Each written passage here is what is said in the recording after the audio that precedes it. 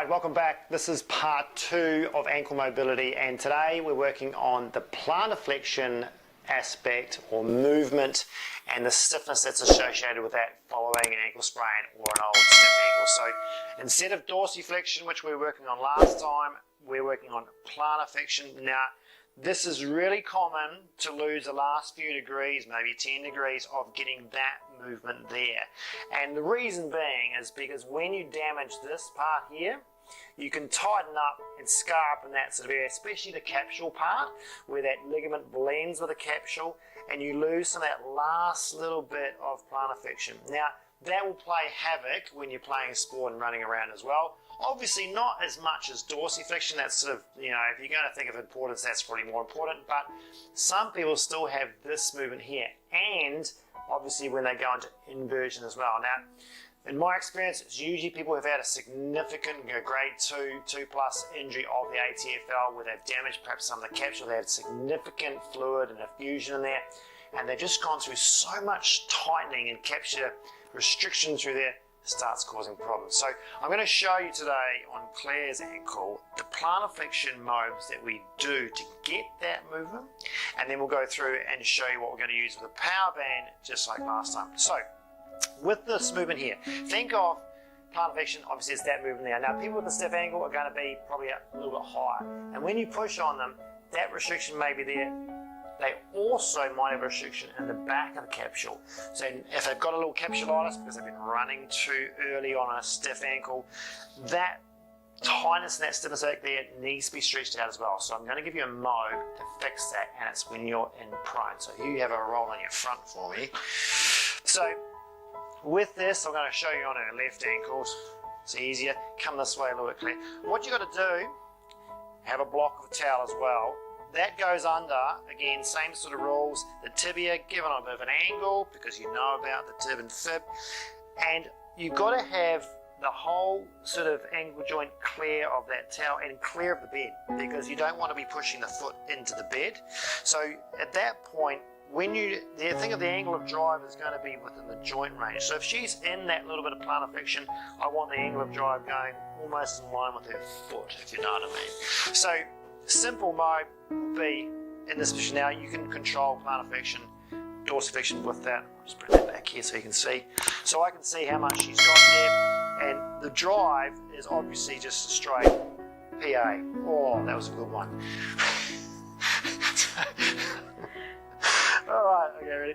Okay, we've obviously just had a bit of a laugh about that one. That was a spontaneous manipulation or capitation of the joint. Now, what I did tell you on Claire's ankle, she's done all 3 ligaments in the parts of her ankle. So you said, oh, use my left ankle, it'd be a good one. It is a stiff ankle, but that move there is a clear indication that she does have stiffness that builds up and then gets released when you actually open the joint up. So it's not a grade 4 manipulation. I just went almost into a 2 plus, and it cavitated. That's fine. We're not after that manipulation because we don't need to with her. We're after the stretch. Now you'll notice first what happened, and then the second one it doesn't. Okay, so sometimes you have to warn the patient a little bit about that. She knew that was coming, but those sort of things can happen, and that's fine, and it's safe for the joint. Remember, you're going to keep going, and you're after the stretch into that PA direction. So when you do that one, again, same rules. I'm locking up the wrist, I'm locking up the elbow, I'm locking up the shoulder. I'm trying to drive my body weight down through there, and I'm trying to get that plane really correct. You can make this person sore if you try and push down and push that basically talus and ram it into the joint. Remember, we're taking the calcaneus, which then abuts on the talus and pushes the whole thing down. So you're going to get a little bit of glide in the calcaneus as well, which is a nice thing to do. But you're trying to get the whole joint moving into that posterior anterior direction, which is exactly the movement it's going to do when you go plantar flexion. So if you think this is the tibia and fib, when that person goes to plantar flexion, it rolls forward. Alright? So we're doing this movement here to get that movement there, if that makes sense. So a PA, that's the go. Now I'll just start off loosening it up and get that until that's nice and loose. Be careful of how much tightness is going on there, how much pain is going there. Obviously you're not going to ram and push through into pain and make it really sore, but after quite a few reps of that and sets of that, you may find the pain actually goes away, and you're going to have to go further into range. Now the way I do that is if you go forward a little bit for me, is you put her into more plantar flexion. Okay, so we're thinking about put her into more end range, or the range that she's got available, so then you've got to do the drive there. Now this one's harder because if you imagine the line of pull is this way, you've got to get your line of pull this way here. So I'd just stand back and you've got to drive that way, and you can hold on to this leg and push it that way. So this is going a little bit more further in range. It's a little bit more advanced, but it does really help you get that mobilization further into range. A lot of people miss that, where they'll do a PA just in a neutral and then still not get the full plantar flexion. This is the way you can do it. And they may go, if you clear that, go forward even more, and you go right into plantar flexion. But I'm not meaning jamming it down there, because that's going to hurt, especially the back capsule. You've got to be careful that you don't go jam that. Is once they get into that position, then you're really going to try and go and push that way. So it's a really nice deep stretch. And the front, people who've got it all capsulized in the back, they might feel that as well, but it's a good feeling.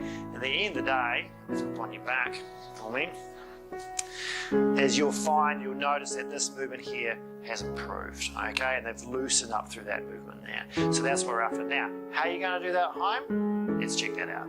Alright, so doing that at home, you need a thicker power band than you did with the dorsiflexion. This has got to be pretty grunty, not too full on, because you won't be able to stretch, you won't be able to go forward, but enough to give you the drag, like the pull or push that you get from the physio. So this one around something that's not going to move, and then around the back of the heel, but you've got to have your shoes on, because the shoe will keep it in position just like my hand keeps it in position. So if you don't have a shoe, it's going to slip straight off the heel. Always put a shoe on, put it in the back of the shoe. It'll come down and then hook onto that calcaneus. So go forward for me.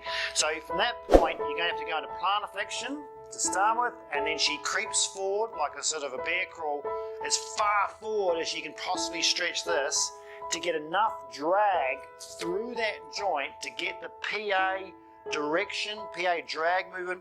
So when she goes into plantar flexion, and she's going to do that by sitting down, she's going to get, there's the overpressure stretch.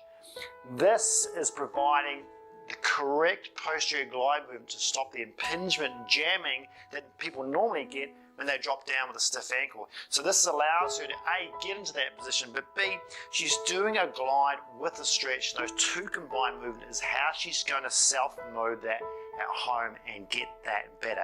And as she improves, she just needs to go further forward. Same sort of reps, you know, you're just doing maybe 3 sets, 4 sets of 10 of this, and she'll probably feel like there's stretching going on at the front of the ankle.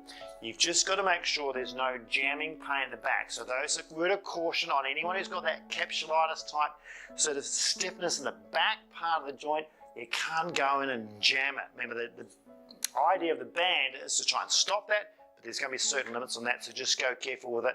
Don't push it too hard. So there's your plantar flexion. Let's see how that goes for your stiff ankles.